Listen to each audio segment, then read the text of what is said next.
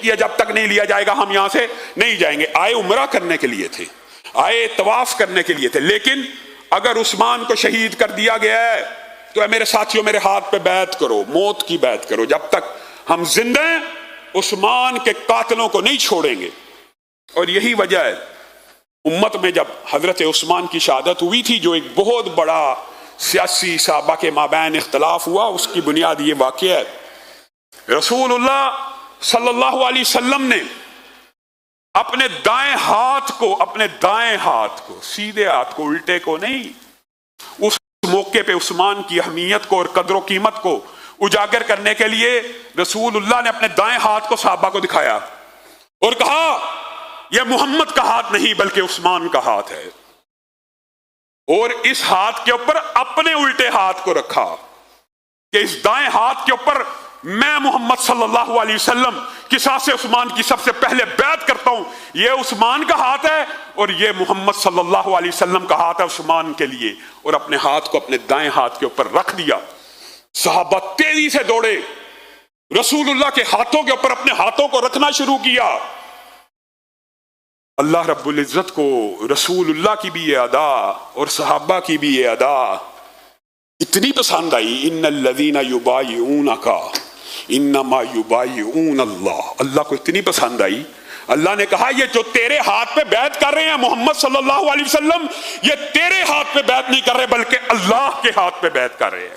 ید اللہ فوق ایدیہم, اے محمد صرف آپ کا ہاتھ ان صحابہ کے ہاتھوں کے اوپر نہیں ہے بلکہ اللہ بھی عثمان کے قصاص کی بیعت فرما رہے ہیں. یہ وہ وجہ تھی جس کی وجہ سے عثمان کی شہادت کے بعد امت دو ٹکڑوں میں تقسیم ہو گئی, سیاسی اختلاف کی بنیاد کے کہ اس عثمان کے قاتلوں کو چھوڑ دیا جائے جس کے لیے رسول اللہ نے اور صرف اسی پر بس نہیں, اللہ تعالیٰ نے کتنی عظیم آیتیں عثمان کی شان میں نازل فرمائی. ایک تو یہ کہہ دیا کہ یہ اللہ کا ہاتھ بھی تمہارے ہاتھوں کے اوپر ہے, اور یہ صرف محمد صلی اللہ علیہ وسلم آپ کے ہاتھوں پہ بیعت نہیں کر رہے, یہ اللہ کے ہاتھوں پہ بیعت کر رہے ہیں. اور پھر کیا کہا, لقد رضی اللہ عن المؤمنین اذ یبایعونک تحت الشجرہ.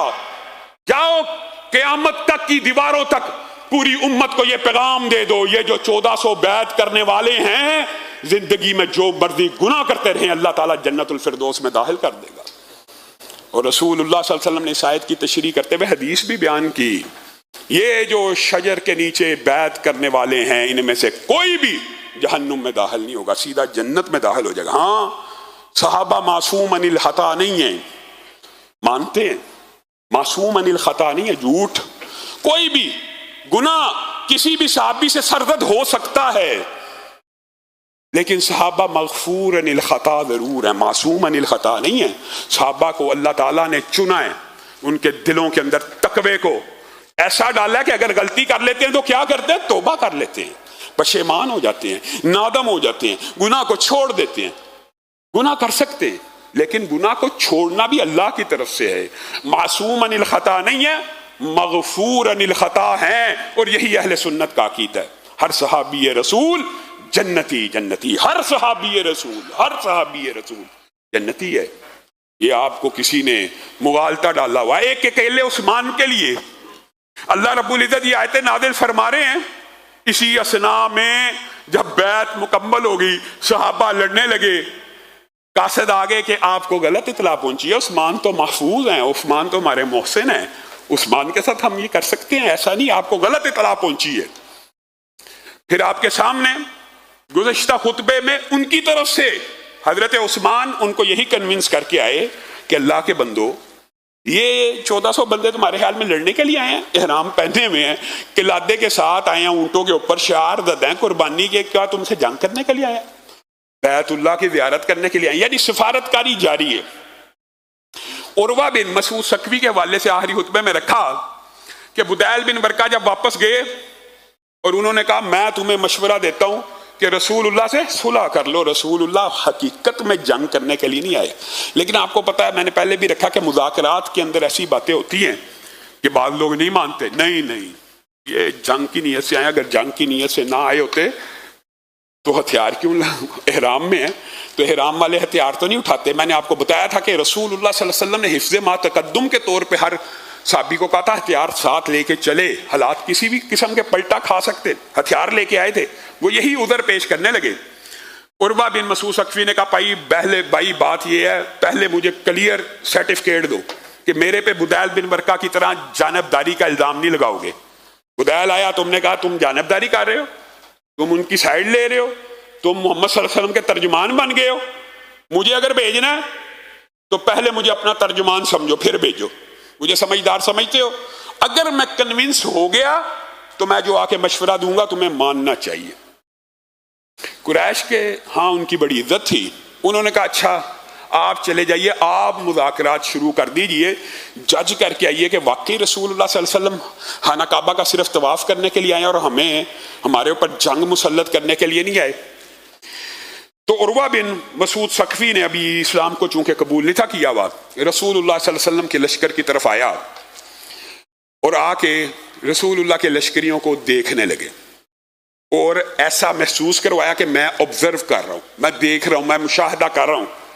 مشاہدہ کرنے کے بعد اچھی طرح رسول اللہ صلی اللہ علیہ وسلم سے مخاطب ہوئے اور کہنے لگے کوئی اللہ کا بندہ ایسا بھی ہوتا ہے جو اپنے ہی کنبے اور قبیلے کو قتل کر دے؟ اے محمد صلی اللہ علیہ وسلم، آپ کے قریشی آپ کے رشتہ دار ہیں، آپ ان کے اوپر جنگ مسلط کرنے کے لیے آگے ہیں، آپ ان کے ساتھ لڑنا چاہتے ہیں؟ رسول اللہ نے کہا ہرگز نہیں لڑنا چاہتا، صرف عمرے کی نیت سے آیا ہوں، احرام باندھ کے آیا ہوں، عمرے کی نیت کر کے آیا ہوں، اور اگر تو یہ سمجھتا ہے کہ تو ہمیں ڈرا دھمکا دے گا تو ہم لڑ بھی سکتے۔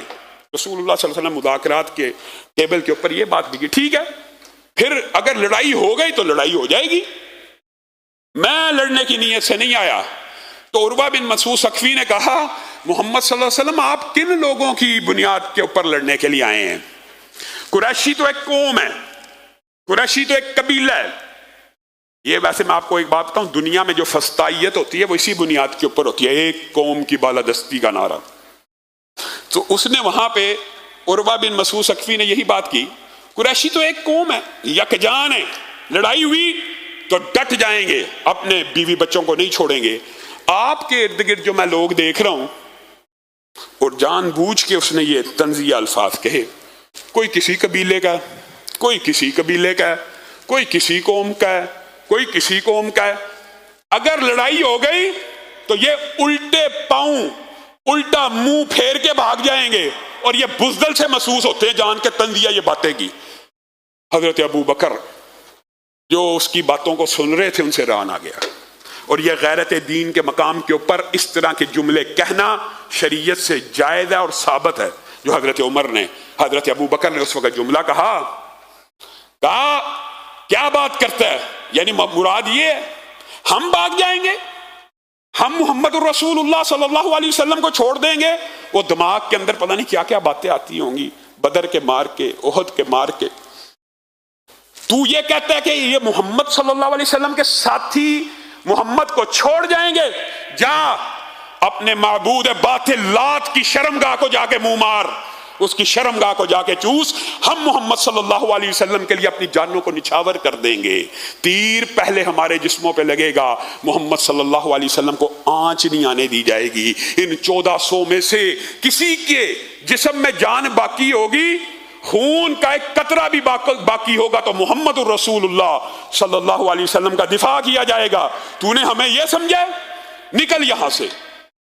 عروہ بن مسعود ثقفی ٹھٹک گئے، ابو بکر کو تو پہچانتے تھے، ساتھ ہی رسول اللہ صلی اللہ علیہ وسلم کی بار بار داڑھی کو ہاتھ لگاتے تھے۔ یہ عربوں کا ایک خاص کلچر تھا کہ جس سے بات کرنی ہو نا بار بار اس کی داڑھی کو ایسے، آج بھی اگر آپ عرب چلے جائیں تو وہ آپ کے منہ کو داڑھی کو ایسے ایسے بار بار ہاتھ لگا کے بات کریں گے، ایسے ایسے پکڑ کے۔ وہی انداز عروہ بن مسعود ثقفی نے رسول اللہ صلی اللہ علیہ وسلم کے ساتھ اپنایا۔ دوسری دفعہ جب ان کی داڑھی کو ہاتھ لگایا، مغیرہ بن شعبہ غصے میں آ گیا، سیدھا الٹی تلوار سے اس کے ہاتھ کے اوپر ٹھوکر لگائی، یہ ہاتھ پیچھے کر لے، تجھے پتہ نہیں تیرے ہاتھ کتنے بلند مقام پہ لگ رہے ہیں۔ یہ صحابہ کا رسول اللہ صلی اللہ علیہ وسلم سے پیار تھا، محبت تھی اور انسیت تھی۔ پھر ہاتھ لگانے کی کوشش کی، پھر تلوار ماری۔